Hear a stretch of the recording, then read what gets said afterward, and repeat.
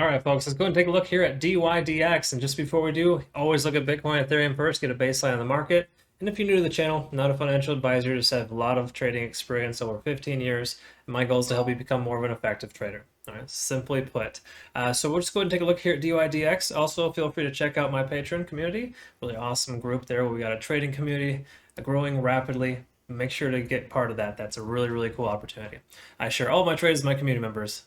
Check it out in your own time. So looking at here at Bitcoin, we're looking at the one-day chart first of all, and simply put, I drew a this was yesterday from there's an ascending wedge pattern that I was looking at, and it broke to the upside as per usual. Kind of expected that. However, I'm expecting some type of retracement too, because that was a pretty pretty green weekend overall, and with the fact that it's increasing here today, some of those whales are going to start taking their profits. So just be mindful of that. We might see somewhat of retracement, but if we do, what's cool, the previous resistance is now considered a support level at 56,000. At least it will be here in an hour and a half once this candlestick closes. It's not official yet, but we're getting there. I think it's pretty safe to say it's going to hold unless we see a major tank here near the end of the day, and that's less likely this time of the day. Usually we see those type of movements, in the early trading mornings here in the U.S. That being said, secondary support level is 53,800. If we lose support of 56, we'll see that as a secondary there. So just be mindful of that, be ready. But both moving averages are fairly low, and we're all set and good to go there. So we're looking pretty good here for Bitcoin. Now, DYDX, I covered this one maybe a week or two ago. I forget specifically what it is. It's from somewhat of a newer coin. I believe it's newer on, looks like September 9th. I checked most of the exchanges at least available on TradingView, and that's all I could find. That was the earliest date I could find.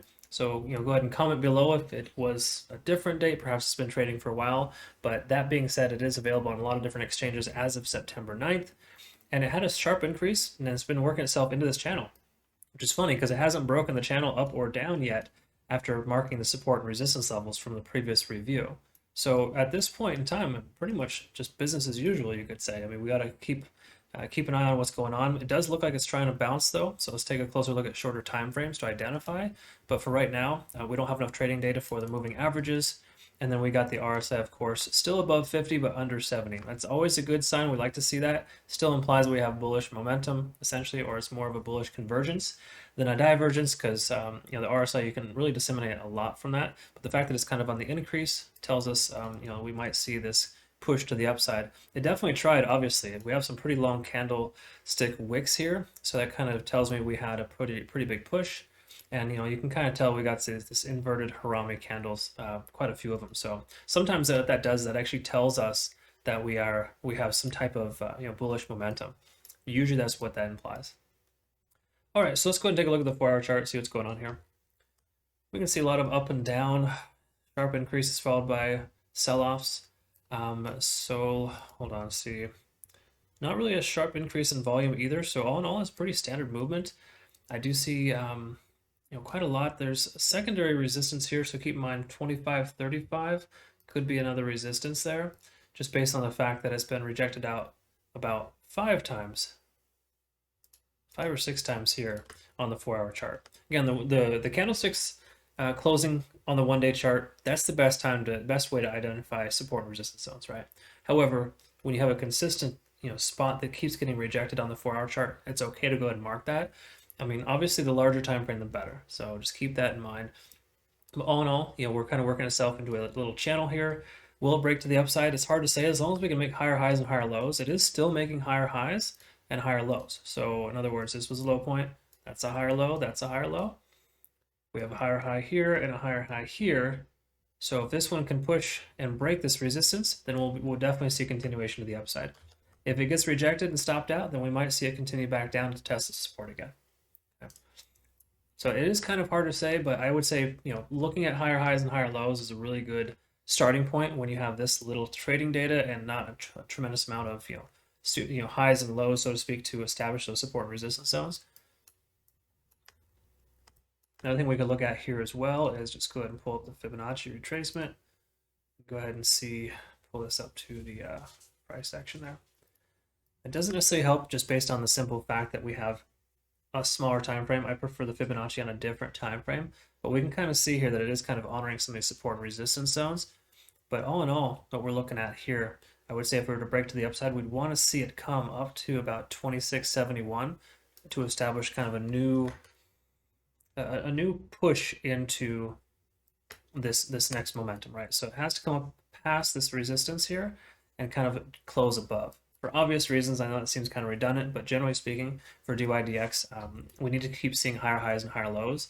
And those Fibonacci basically was telling us that we keep hitting those lows, but we need to keep hitting the higher highs. Okay, so that's kind of what we're looking at there. Let's go ahead and just take a quick peek at the 1 hour chart. Let's see if we got any type of let's see if the cloud can tell us anything here. This is a good sign. Okay, so let's take a look at this here. This is also something I try to look for. And if you're new to the cloud, the general rule or concept is that when the price is above the cloud, it's considered a buy signal. When it's below, it's a sell signal. So again, hindsight's 2020, I get that. But if you look here, the price broke above the cloud, that was a good time to buy, right? When it broke below, it could have been a good time to sell. It didn't go further down because there was a support level. You never try to buy into a support if you're shorting. However, that's kind of essentially what the concept is, right? That being said, right here, with the price coming down and bouncing off of the cloud, that's a very good sign. That does tend to work as a support level sometimes. So this could be that bounce that we're looking for to push the continuation to the upside to break that resistance of 25.47.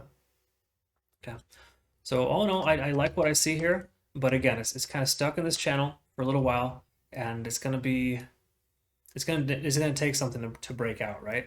So ultimately, this could be what we're looking for there, a nice little support from the cloud.